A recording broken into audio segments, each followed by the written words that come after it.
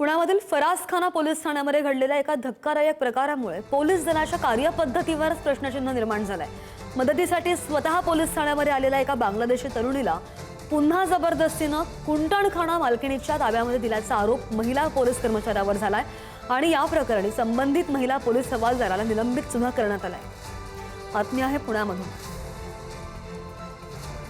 पुण्यामधील फरासखाना पोलीस ठाण्यामधून हा प्रकार समोर आलेला आहे।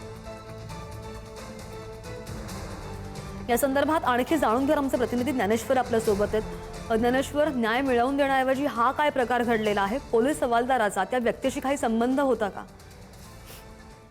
सुमारे महिनाभरापूर्वी रात्रीच्या वेळी एक तरुणी फरासखाना पोलीस ठाण्यामध्ये आलेली होती आणि तिनं कर्तव्यावर असलेल्या महिला पोलीस हवालदाराला आपण बांगलादेशी नागरिक आहोत असं सांगितलं।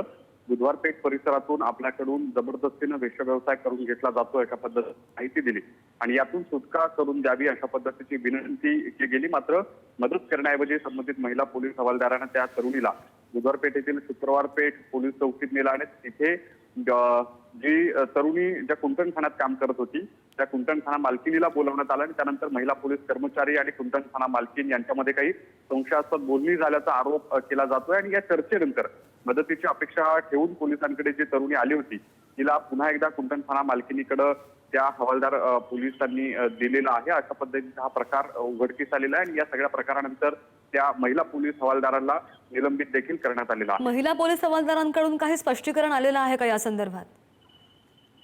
अर्थात अद्याप पोलिसांच्या स्तरावर या सगळ्या गोष्टी घडलेल्या आहेत। वरिष्ठ पोलीस अधिकाऱ्यांकडून त्या महिला पोलीस हवालदाराचं निलंबन करण्यात आलेलं आहे। पोलीस वरिष्ठांकडे काय स्पष्टीकरण देतात हे पाहणं महत्त्वाचं आहे। अगदी अत्यंत धक्कादायक तपास होईल आणि त्यामध्ये काय समोर येतं याचे अपडेट्स घेत राहू। ज्ञानेश्वर, धन्यवाद दिलेल्या माहितीसाठी।